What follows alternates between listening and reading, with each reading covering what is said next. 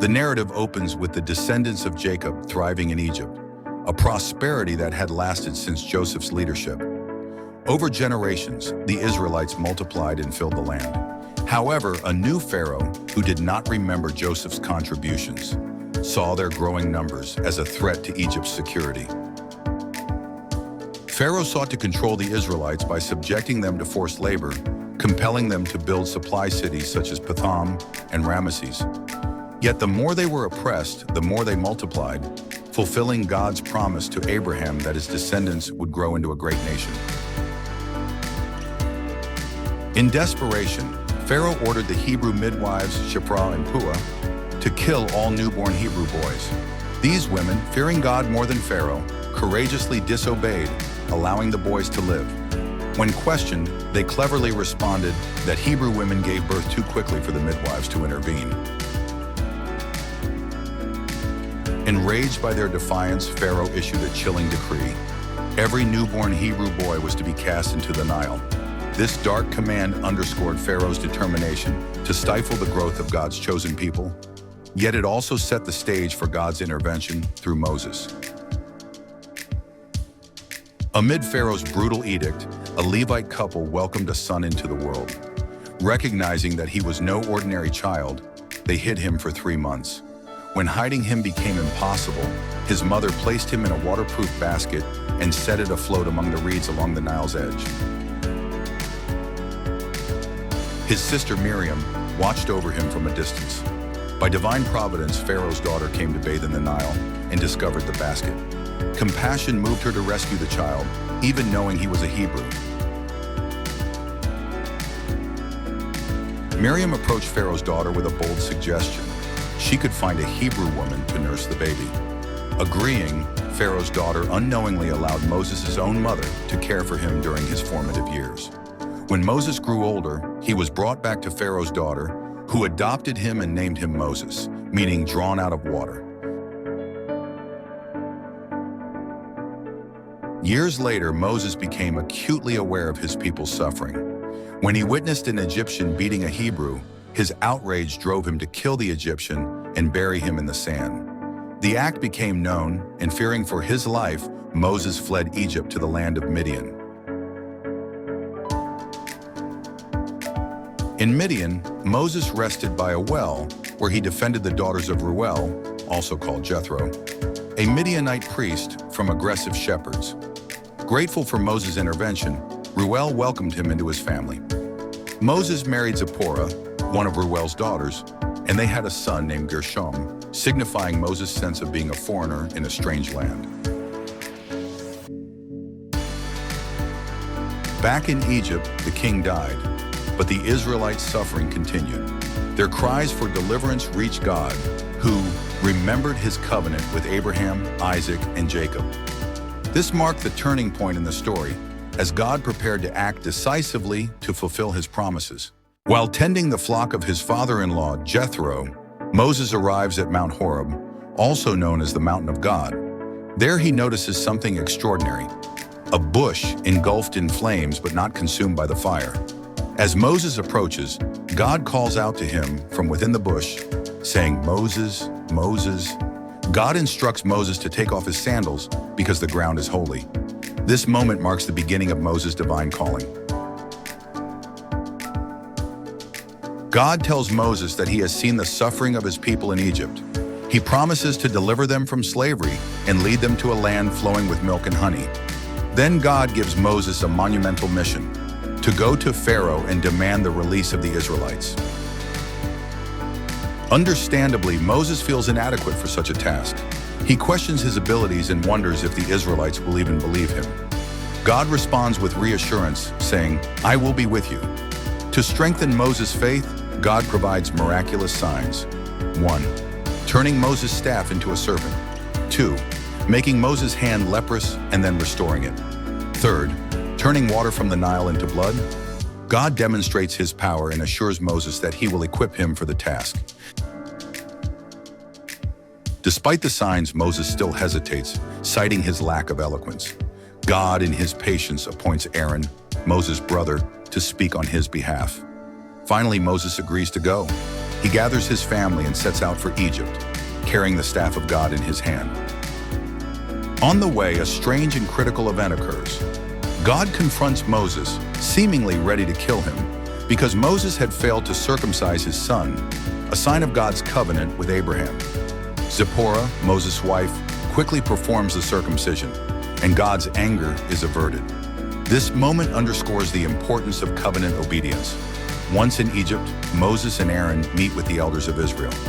Aaron speaks the words God gave Moses, and the signs are performed. The people believe and bow down in worship, filled with hope that God has heard their cries. Moses and Aaron go to Pharaoh and deliver God's command. Let my people go so that they may hold a festival to me in the wilderness. Pharaoh, however, responds arrogantly, saying, "Who is the Lord that I should obey him? I do not know the Lord, and I will not let Israel go." Pharaoh accuses the Israelites of being lazy and increases their workload. He orders that no straw be provided for making bricks, yet the Israelites must still meet the same production quotas. This harsh punishment plunges the Israelites into deeper despair. When the Israelite foremen are beaten and blamed for failing to meet quotas, they turn on Moses and Aaron, accusing them of making their situation worse. Disheartened, Moses cries out to God, asking why this trouble has come upon the people.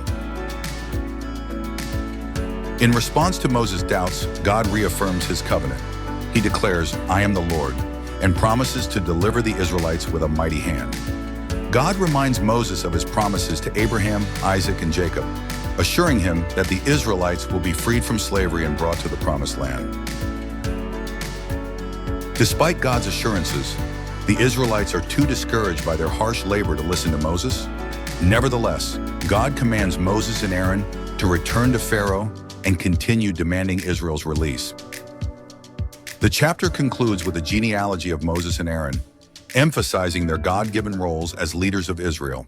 God sends Moses and Aaron to Pharaoh with a simple message: "Let my people go." But Pharaoh's heart is hardened. To show God's power, Aaron throws down his staff, and it turns into a serpent. Pharaoh's magicians copy the trick, but Aaron's serpent swallows theirs, foreshadowing the victory to come. Moses strikes the Nile with his staff, and the river turns to blood. Fish die and the water becomes undrinkable. Pharaoh's magicians mimic this sign, and Pharaoh refuses to budge. Egypt's lifeblood, the Nile, now flows with death, but Pharaoh's heart stays cold. Frogs swarm the land, filling beds, ovens, and streets. Pharaoh pleads with Moses to pray for their removal, promising freedom. But once the frogs die, Pharaoh changes his mind. Aaron strikes the dust, and gnats rise, covering people and animals. Pharaoh's magicians try to replicate the plague but fail. They even admit this is the finger of God, yet Pharaoh's heart remains stubborn. Swarms of flies descend on Egypt, but God protects Goshen, where the Israelites live. Pharaoh offers a compromise, sacrifice within Egypt. Moses insists they must leave. Pharaoh agrees but hardens his heart again when the flies leave. A deadly plague kills Egyptian livestock, but none of the Israelites' animals are harmed. Pharaoh investigates, but even this sign doesn't change his mind. Moses and Aaron throw soot into the air, causing painful boils to break out on Egyptians and their animals. Even Pharaoh's magicians suffer, but Pharaoh's heart is unyielding. Moses warns Pharaoh about the worst hailstorm Egypt has ever seen. Crops, trees, and livestock are destroyed. Only Goshen is spared.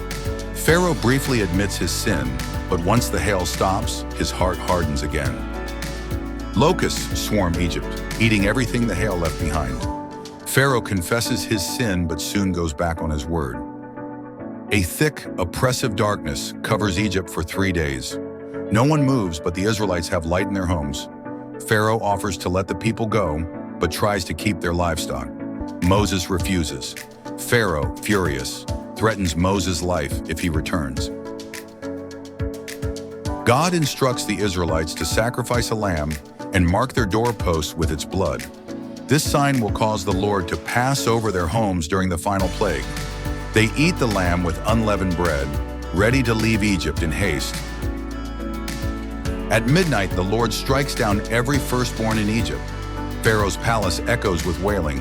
Broken and defeated, Pharaoh summons Moses and Aaron, urging them to leave immediately with all the Israelites. The Israelites gather their families, livestock, and unleavened bread.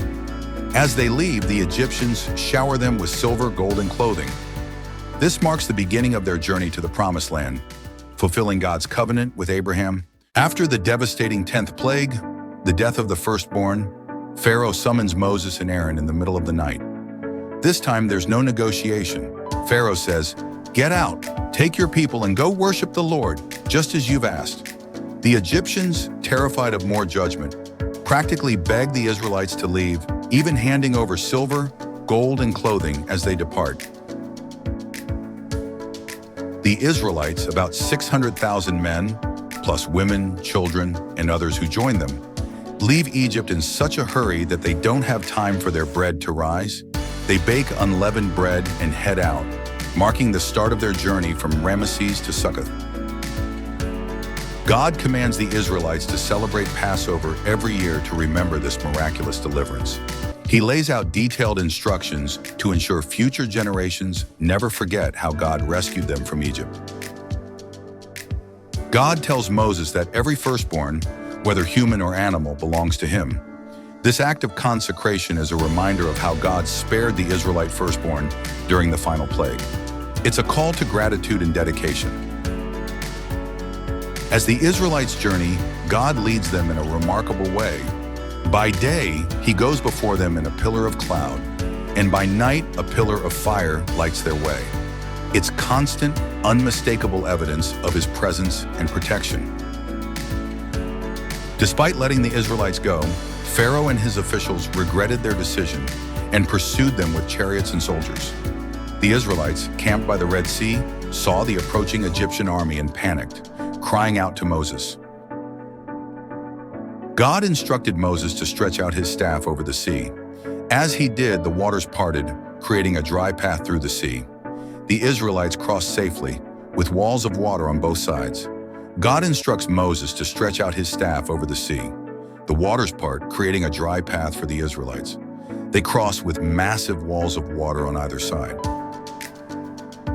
As Pharaoh's army follows, God causes confusion. Wheels jam and panic sets in. When the Israelites reach the other side, Moses stretches his staff again, and the waters collapse, drowning the Egyptian army. Not one survives. In response to this incredible deliverance, Moses and the Israelites break into song. This isn't just a song, it's a celebration of God's power and faithfulness. They praise him for throwing Pharaoh's army into the sea and for guiding his people to freedom. Miriam, Moses' sister, grabs a tambourine and leads the women in dance. Together, they sing and celebrate the Lord's victory. Right after the miraculous crossing of the Red Sea, the Israelites entered the desert of Shur. For 3 days, they march without finding water. Finally, they arrive at Marah, but the water there is bitter and undrinkable. Frustrated and thirsty, the people complain to Moses. Moses cries out to God, and the Lord shows him a piece of wood. When Moses throws it into the water, the bitterness disappears, and the water becomes sweet. God uses this moment to remind Israel that obedience to him brings healing and provision. Shortly after, they reach Elim, a lush oasis with 12 springs and 70 palm trees. It's a beautiful picture of God's abundant provision after a time of trial. A month into their journey, the Israelites grumble again, this time about food.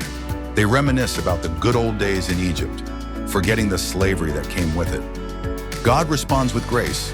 He promises to rain down bread from heaven. The next morning, the ground is covered with flaky manna, which tastes like honey wafers. In the evening, quail cover the camp, providing meat for the people. God instructs the Israelites to gather just enough manna for each day, except on the 6th day, when they gather twice as much for the Sabbath. This teaches them to rely on God daily and to rest in his provision. When the Israelites arrive at Rephidim, they once again find no water. The people quarrel with Moses, doubting whether God is still with them. God tells Moses to strike a rock at Horeb with his staff. Water gushes out, satisfying the entire nation. Soon after, the Amalekites attack. While Joshua leads the fight, Moses stands on a hill holding the staff of God. As long as Moses' hands are raised, Israel prevails. Aaron and Hur step in, holding Moses' arms up until the battle is won. Moses' father-in-law, Jethro, visits the camp bringing Moses' wife and children. Jethro notices Moses spending entire days resolving disputes. He advises Moses to delegate, appointing capable men to lead smaller groups and handle minor issues. Moses follows Jethro's advice, creating a system that not only lightens his load, but also strengthens the community's leadership structure. 3 months after leaving Egypt, the Israelites arrive at Mount Sinai. God calls Moses up the mountain, establishing that Israel will be his kingdom of priests and a holy nation. God instructs the people to consecrate themselves, wash their clothes, and prepare for his arrival. On the third day, God descends on the mountain in fire and smoke, accompanied by thunder, lightning, and a loud trumpet blast. From the mountain, God gives the Israelites the 10 Commandments. These laws cover their relationship with God, no other gods honor the Sabbath, and with each other, don't steal, murder, or covet. This forms the foundation of Israel's covenant relationship with God. God provides further instructions on topics like property, personal injuries, and social justice. These laws aim to create a fair and compassionate society, reflecting God's heart for justice and mercy. God also emphasizes rest through the Sabbath and outlines festivals that will remind Israel of his faithfulness. Moses writes down all God's words and builds an altar with 12 stone pillars. Young men offer sacrifices, and Moses sprinkles the blood on the people, sealing the covenant. Moses, Aaron, and 70 elders ascend partway up the mountain, where they see God and eat and drink in his presence, a rare and sacred moment. God calls Moses to ascend the mountain once more, this time staying for 40 days and nights to receive the stone tablets and more detailed instructions for Israel's future. God begins by instructing Moses to have the Israelites build the Ark of the Covenant. This isn't just any chest. It's made of acacia wood, overlaid with pure gold, and designed to house the stone tablets of the 10 Commandments. On top of the ark sits the mercy seat, with 2 golden cherubim facing each other. God's presence would dwell here, between the cherubim, as a sign of his covenant with Israel. Next, God commands the construction of a table for the bread of the presence. This bread, always before the Lord, represents God's continual provision and fellowship with his people. The golden lampstand, crafted from pure gold, had 7 branches and was to burn continually. The light symbolizes God's guidance in the light of his presence in the midst of his people. God gives Moses detailed blueprints for the tabernacle. This is essentially a portable sanctuary divided into 3 parts. 1. The courtyard, the outer area where sacrifices are made. 2. The holy place, where the lampstand, table, and altar of incense reside. 3. The most holy place, Holy of Holies, the innermost chamber where the Ark of the Covenant rests. The altar for burnt offerings stands in the courtyard, made of bronze. The entire courtyard is enclosed by linen curtains, creating a sacred space set apart for worship. God instructs Moses to make special garments for Aaron and his sons, who will serve as priests. These aren't ordinary clothes. Every item carries spiritual significance: ephod and breastpiece, inlaid with 12 stones, representing the 12 tribes of Israel. Turban and robe, marked with holiness, signifying that the priests are set apart for God. The priests undergo a sacred ceremony involving sacrifices and anointing with oil. This ritual marks them as holy and prepared to serve in God's presence. Placed in front of the veil leading to the most holy place, the altar of incense represents the prayers of God's people rising continually before him. God re-emphasizes the importance of the Sabbath, calling it a sign of the covenant between him and Israel. While Moses is receiving instructions on the mountain, the Israelites grow impatient. They build a golden calf and begin to worship it, breaking the very covenant they had just agreed to. Moses returns, furious, and smashes the stone tablets. Despite their failure, God renews the covenant after Moses intercedes for the people. New tablets are made, and God declares his character: compassionate, gracious, slow to anger, and abounding in love. Moses calls for offerings to build the tabernacle, and the response is overwhelming. The people bring more than enough gold, silver, fabric, and precious stones. God appoints Bezalel and Oholiab, craftsmen filled with the Spirit of God, to lead the construction. Every piece of the tabernacle is crafted with precision and care, following the exact instructions given to Moses. Once completed, Moses inspects the work and blesses the people. The tabernacle is erected, and every piece is placed exactly as God commanded. As soon as the tabernacle is set up, the cloud of God's glory descends and fills it. From this point on, whenever the cloud lifts, the Israelites know it's time to move. When it remains, they stay put,